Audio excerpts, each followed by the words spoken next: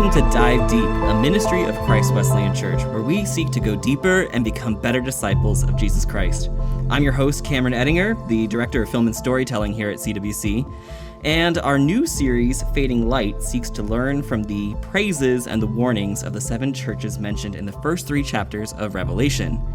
We've got a different segment for you today, and that's with Pastor Kyle to highlight the different groups here at Christ Wesleyan and how to get connected to them. Welcome, Pastor Kyle. Thank you. How's it feel I must say it was so hard to not just go into the Dive Deep intro as I was listening to the music. I was ready to say, welcome to Dive Deep, and then I realized, oh wait, I'm on the other side. I gotta avoid that temptation today. Yep.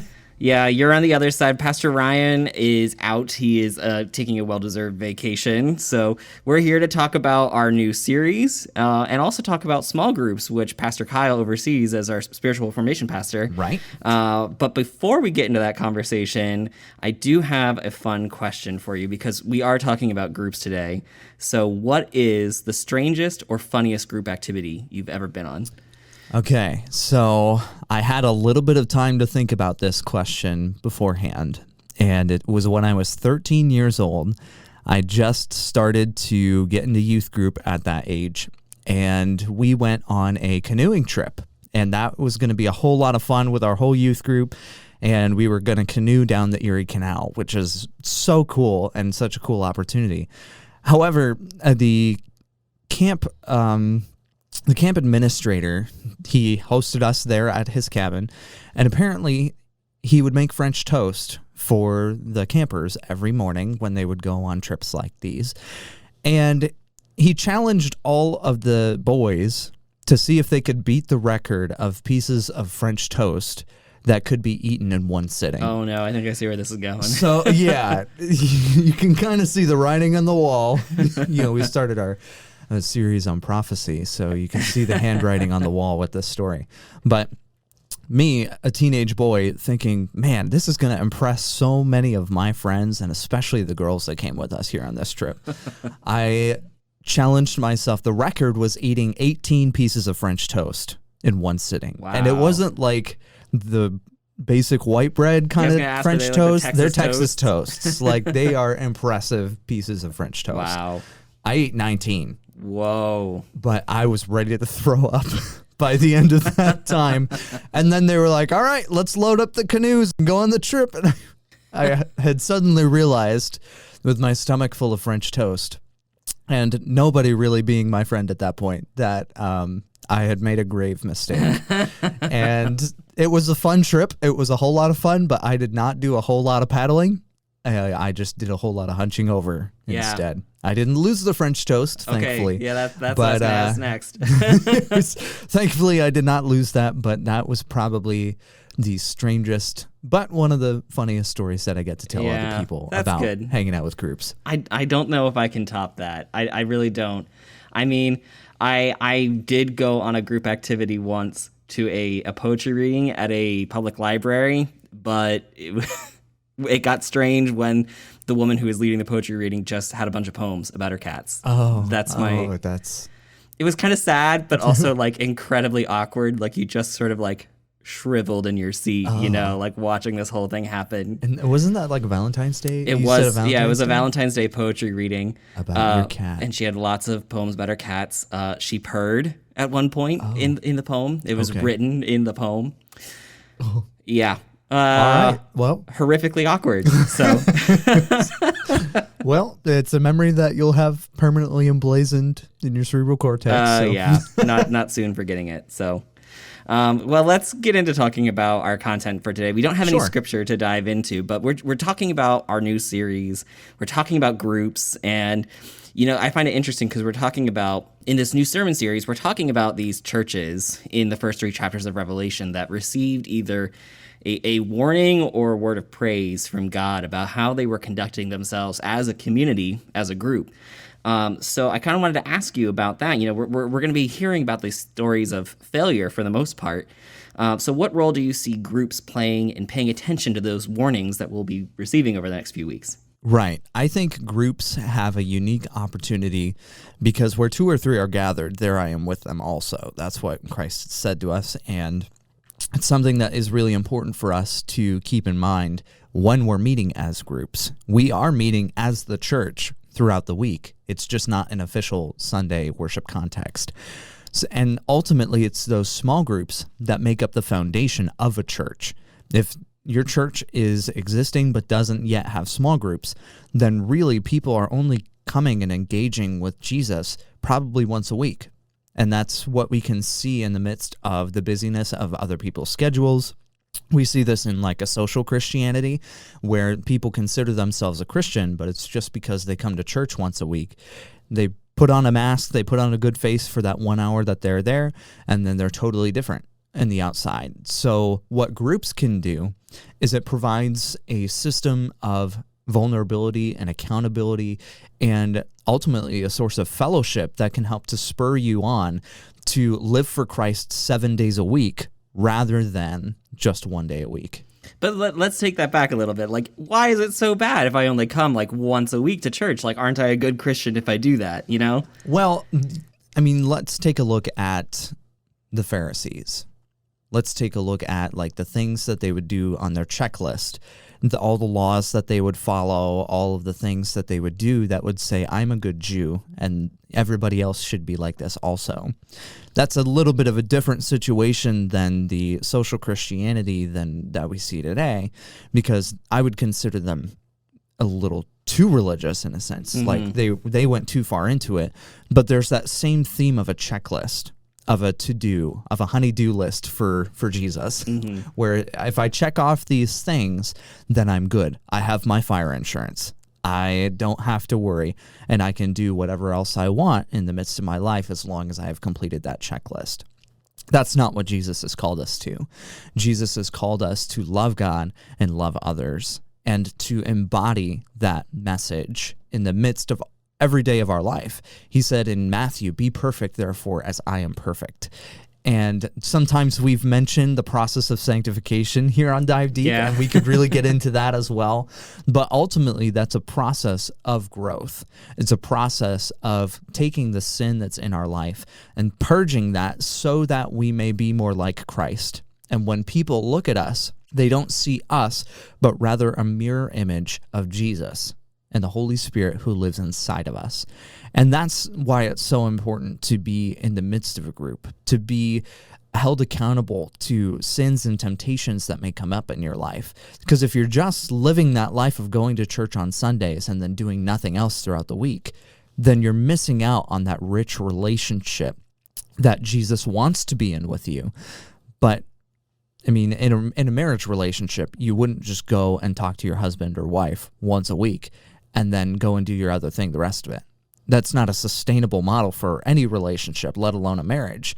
And this relationship with Jesus is the primary relationship in which we have to focus on, because everything stems from that. So if we don't put in the proper footwork to be in good relationship with Jesus and to be growing into more of his likeness, then we will falter at some point. Mm-hmm. It's just a matter of when. And that's kind of where groups comes in, as that support network that you'll need in those moments. You can't go alone for long. Right. And even in Pastor Ryan's sermon that he was giving yesterday, he talked about all you have to do to drift is nothing. And it's those 6 days and the rest of the week that you're doing nothing. And that's what we're trying to avoid in that case. We're trying to avoid drifting away and instead being intentional about our course of living a life like Jesus did. Mm-hmm. Yeah, that's all good stuff. And I'm really thinking back to Ryan's sermon. Like, it was such great imagery that he used between the drifting and the fading and the lamp, running low on oil. And, it's kind of like, if you're really thinking about that, like, we are the light of Christ. We're sharing the light. That's our mission statement at Christ Wesleyan. If we're not constantly, replenishing that light source, finding those ways to do it, we're going to burn low. We're going to burn out. We're going to fade away. Right. I think it really highlights the importance of why that, why it isn't just once a week. It isn't just a worship service that we attend. It's really more of like a life commitment. And really what you were getting at I think as you're talking about groups is it's like, where your heart is in the middle of all that too, like what you're intending in your relationship with God too. But let's strip it back just a little bit more. Like let's get real basic here with groups. What is a small group? What are they at Christ Wesleyan? Are they just like a Sunday school class, or is it just a social activity? What is it? Sure. So a small group at Christ Wesleyan, my job here as spiritual formation pastor is to help a big church feel small. And one of the things that I've heard from so many folks in a large church is I feel like I can't get connected here in this place. I feel like I'm invisible, or I feel like I don't know where to start. And a small group is the way that you can get started and build relationships here at Christ Wesleyan. So a small group can be multiple definitions of one thing, but ultimately it's getting together with other people who are also in relationship with Jesus to learn how to be more like Jesus, to hold each other accountable to those standards, to be vulnerable with one another when we're going through difficult times, and to establish a support system for you in the midst of your walk with Christ and in the midst of the life circumstances that you go through. We all go through hard times in the midst of our life, and it can be incredibly lonely in the midst of those times, like the loss of a loved one, in a job transition. I know a lot of young adults go through a season of loneliness in their college years because there's been a huge transition in their life, and basically they've uprooted a lot of the relationships that they once had. So a small group brings back those relationships. It brings back the ability to connect, and it brings back a long-term connection as well. So that's something that's so important in the midst of our small groups. And yes, there are study groups. There are groups that go really deep into Bible study or book studies or that kind of thing. But what I'm really focused on is I can give you those tools. I can help to equip you in how to do a Bible study. What I need people to come alongside and help me with is those who are willing to invest in those relationships. And that happens over the long haul. So it's those relationships that I saw kept groups together during COVID and saw those groups flourish after it as well. It's those relationships that help to bring in seekers and new believers to really build a depth of relationship with Jesus, but also with the others that are a part of the small group. Small groups are incredible evangelistic tools because of that reason. And I think one of the ways that people will come to know Jesus the most throughout the next decade will be through these small groups, will be through those family and friend relationships that exist in the midst of a smaller context. Yeah, I think that there's a lot of things to unpack, I think, about what you just said, because it's like, it's not just one thing. I think there might be a temptation to think of it as just one thing. But really, it's just like any relationship that you open with other people, like it has the ability to take on so many different dynamics and really, meet so many different needs that you have at any given moment, Right. And that's a big distinction between a class and a group that I make. A class exists for the specific purpose of teaching, but we don't look at classes at things that you stay in forever. I don't want to stay in college forever. I don't have the budget for that. Yeah. I loved college because of the learning and such that was there, and learning is a wonderful thing. But ultimately, that class can only address so much. That addresses your head knowledge. What a group does is it addresses that relationship component.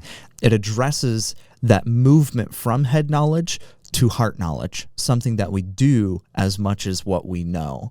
And that's just so important in the midst of a small group, to put into action the things that we are learning and learning how we can live in relationship with Jesus and with others in the process as well. And it really, like you were saying, gives us the opportunity to exercise those kinds of one another's bits of scripture to each other too. Right. So I know there's this temptation when we're thinking about this potential of maybe taking that step, getting involved in a group, or even if we're earlier in that, like getting involved in church, just period. It's another thing to add to the schedule. I'm already so busy, and we've talked a little bit about the importance of why this is prioritized, but like, why should someone take that step? You only have so much time a week. Right. Why is it so important? So I want to challenge a little bit of the narrative here. There is a sense in which people think that they are incredibly busy today. And I'm sure people are. I'm incredibly busy. You're incredibly busy. That busyness is the theme of what goes on. And I just read a book called The State of Discipleship that was done by the Barna Group. And the highest percentage of reasons why somebody would not join a small group, 23% of people that were studied said that they will not join a small group because they're too busy. And all of the other reasons why were in the single digits. So there were lots of reasons, but by far the largest reason was busyness. So what are some of the causes of busyness? What can we get to the root of? Because for me, I see a small group as not a want, but a need. I see a small group as something that is vital to your spiritual formation. And if you're not in one, most likely, statistically speaking, if somebody gets in a church and is not connected to a small group within 6 months, they are very likely to leave that church. Right, because they haven't made those connections that we've been talking about. Exactly. There's no reason to stay because you don't have people. You don't have that support network. Right, and especially in a larger church like this one, that's something that we really need to be careful and aware of. Yeah. We would call it shutting the back door. So allowing people to get in connection with others. And one of the things that is so vital in this need and wants cycle is if you're too busy for something that you need, if you're too busy to eat, if you're too busy to figure out how to get gas in your car to go to work, if you're too busy to go to work, those are all needs. So a small group has to be seen like that. A small group has to be seen like your family time. And that's not to say we separate your family during family time. For many small groups, they get together with other families in the area, and actually they become a support system for one another. Right. So that in and of itself could even alleviate some busyness in the future because now you can help one another out. There's a sense in which our culture has such a heavy emphasis on individualism, on I can do everything myself, on I need to do everything myself. But in the midst of a small group, you can help one another with some of those tasks that may be seen like you can only do it yourself. I know for us, we're in the same small group, and one of my favorite things that we haven't done in a little while is a small group housework day where we went and helped. I remember my first one, I went and helped Stephanie Hines rip all the wallpaper out of her house. Yeah. And it took us, 2 hours? Yeah, we were there for a couple very hours. long at all. But it was so much fun. I had a blast. We were like singing songs, scrubbing walls down. My vacuum cleaner kind of died, but then it came back to life later, and I was kind of happy about it. But that was so much fun. And if Stephanie were to do that on her own, that would have taken her probably a week to do. Right. So, and that's just a simple thing that you can think about. When you have other people that are in your corner, when you have other people that can support you in community, which is the whole reason why communities were formed in the first place, each person had their job that they would do to help the community come together. And that helped to save time with the others. So we live in a way that is so individualistic that we've forgotten the benefits of community, that we've forgotten the benefits of working together with one another, coming together, supporting one another in the midst of what they need.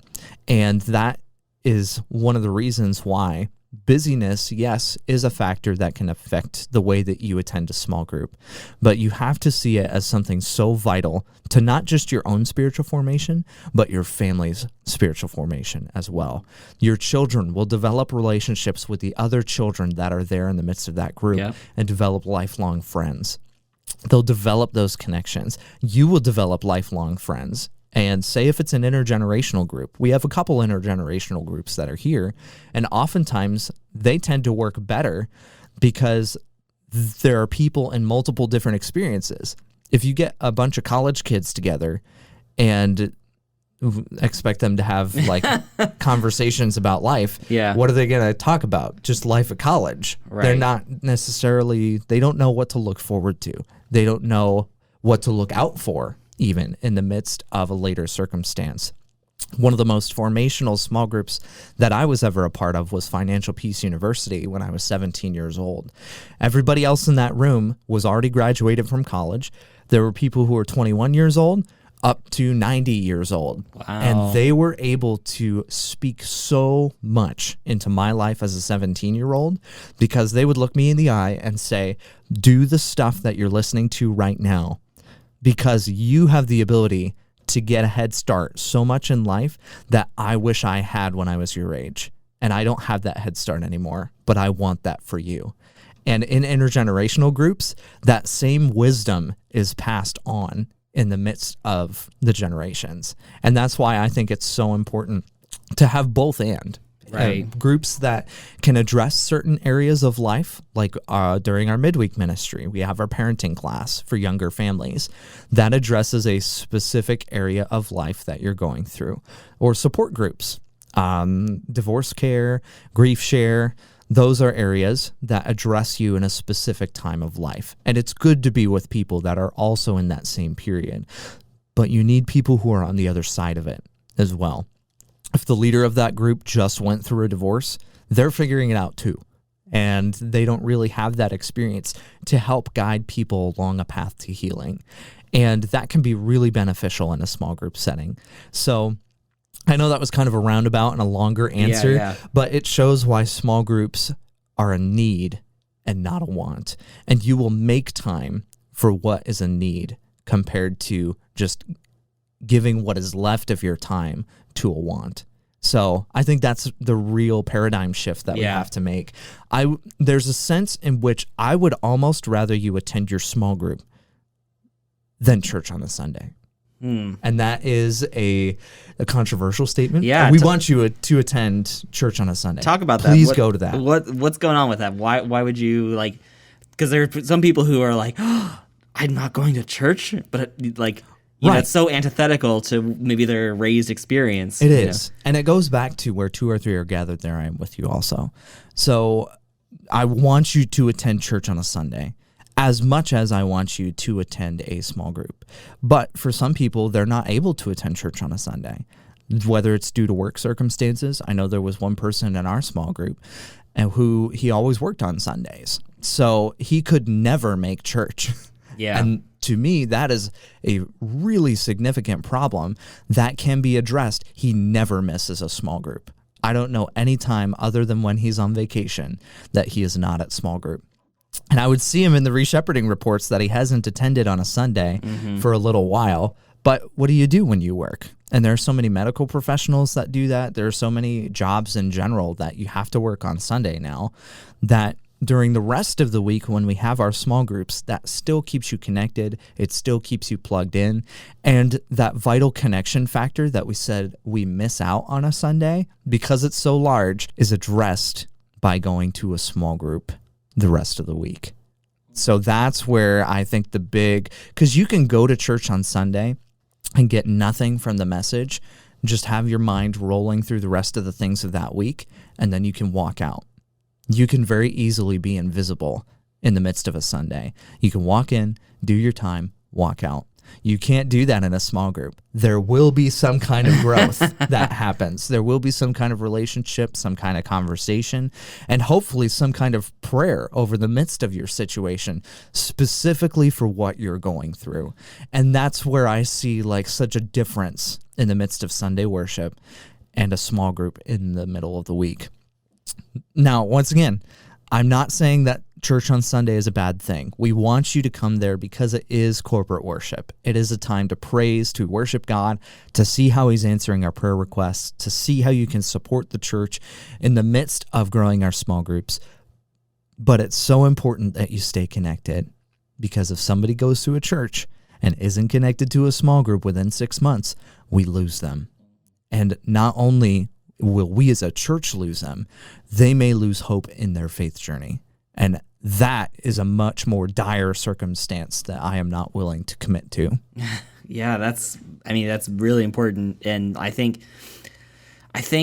you know, with my own experience of small groups, like I know our small group most recently has done, it's been following along with the sermon content. You know, we all attend on Sunday as much as we can, and then we listen to the sermon, and then during small group, you know, we're following up and on that content. So for me, I know, like, in addition to all those social things that we've talked about, all the like group support stuff that we've talked about, it really forces me to think more application based, based off of the teaching that we got on Sunday. Like, it does help me to think about it more and think more practical, and how is this going to impact my life? I can't tell you how easy it is just to sit in on a Sunday, and it can be a powerful experience, worship and being with everybody in the auditorium or in the well or wherever we're watching service, and then you walk out and you have lunch and it's just all out of your head. It's all gone. Out of your head. Yes. And then that reminder, throughout the week. With group now there's a reason to remember all of that and really meditate on that, and because it's more intimate, I find that we're talking more personal and applicable and less than that sermon-y kind of context that we'd be sitting there on Sunday morning. Right. It's that transition from head knowledge to heart knowledge that I was talking about earlier. If you learn things all the time but don't put them into practice, then what good does it do you? So being in a part of a small group and taking that action step is really what's vital to taking that next step and putting what you've learned into practice. Well, let's talk about next steps then, because we've talked for a while about what a group is, why it's important, but let's talk about those next steps both for people who are interested in joining a group, but also I want to lift the hood a second here and talk about what we need as a church staff to be able to execute what we're doing with groups is leaders. We need leaders who are willing to lead a group. And I know a common thing you'll hear with people who are in this spot of I don't know if God's calling me to that or if I'd be good at that. I'm not a pastor. I'm not some theologian. What makes me qualified to lead a group? Can you speak to all of that? Right. So specifically speaking to that, really what we need in a group leader is obviously a relationship with Jesus, and then a heart to foster these kind of relationships where conversation can happen. Oftentimes, I won't even use the terminology leader anymore, because when I say, would you like to become a group leader, people shy away from that. Mm-hmm. They're like, I don't want to lead. That's not what I want to do. Yeah. Right. There's that moniker of responsibility that is attached to the terminology, and that weight kind of impacts the busyness, and it would be something that is a little scary for somebody to do. So the way that I break out a group leader is into two categories. The first is a facilitator. You're the one who would text the group every week, whether it's through our Church Center app that we provide or it's through text messages, whatever way you want to communicate. Let them know what's coming up, where we're meeting, and just to tell them what the sermon series that we're going to go through, or remind them of events that are coming up and that kind of thing. And then when we actually get to the day that you are facilitating the conversation, I leave it up to you as to what you would like to teach. We have a ton of group leader resources that are available to anybody here at Christ Wesleyan who wants to facilitate a group. And that includes our sermon leader guides that we were just talking about. Right Now Media, you don't even have to teach. You could just simply show one of the Right Now Media videos. And oftentimes, if it's an actual Right Now Media original, they have study guides that are already prepared for you ahead in advance that you can print out. You can ask the questions on there and help to spur on the conversation. Honestly, if you're good at asking questions, you are perfect for being a facilitator because you're allowing the rest of the group to talk. You're not a teacher. You're just somebody who is allowing the conversation to flow and seeing how we can grow from that conversation. Mm-hmm. Flow and grow. And the other quote-unquote leader would be a host. Say you're not somebody who really likes to talk that much, but you have the spiritual gift of hospitality. You have a place that you can open up and say, I'm willing to host some people every week to... you could provide snacks for them. You could provide dinner for them. You don't have to do that. You could just provide a place to meet. But that's simply all that would be necessary. I know for us in our group, the two of us tend to be the facilitators, and then Brett and Natalie Logan are the ones who are the hosts. They have a wonderful place that they can host at, but that's their gift. They love hospitality. And you can be a group leader simply by opening your home and allowing others to come inside of it. It doesn't take a whole lot of work. And even if there's a little bit of like, say you're a young family and have like your kid's room that always kind of remains a little bit of a mess, who cares? You know, Right. The other families in that room are going to, They know. they're in the same spot, if not worse. So they get it. And it's, once again, it's that relationship context. It's building that relationship, not worrying necessarily about like the things that may hurt your confidence, but rather relying on the Holy Spirit in those moments to say, God, I want to be faithful to this message that you have given to me to love God and love others. And one of the best ways you can do that is by being a group host. And it's super easy too. So if you're interested in either being a facilitator or a host, you can get in contact with me, Pastor Kyle Roberts, at kyle.roberts@cwc.life. That is a great way for me to begin the process of giving you basically like, I'll give you a quote unquote job description that will help you to understand more of the nitpicky logistical things. But overall, it's not a huge time commitment. You could do it once a week. You could do it once every 2 weeks. Some groups do once a month. I generally recommend a week to 2 weeks because that tends to work well for that relational aspect. Right. But maybe once a month is what you can do to get started and to get your name out there, to actually like have people start attending the group, and then you can go deeper from there. Yeah, and I'll talk you up for a second, Kyle, because I know you've done a lot of work to really simplify that process, you know, really make that not so daunting. You already mentioned the leader guide. We have the video devotional that we put out on a weekly basis, which, you know, if you're really looking for the easiest way to start a group, like that's the package right there. It's so easy, like it's ready to go for you. It Yep. already has an action step.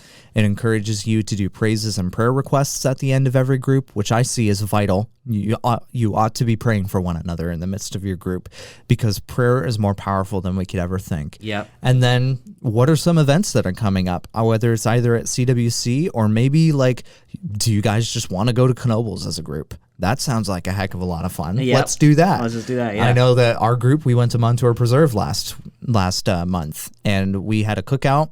I did some fishing and caught the smallest fish I've ever seen in my life, but you all cheered for me, so that was hilarious.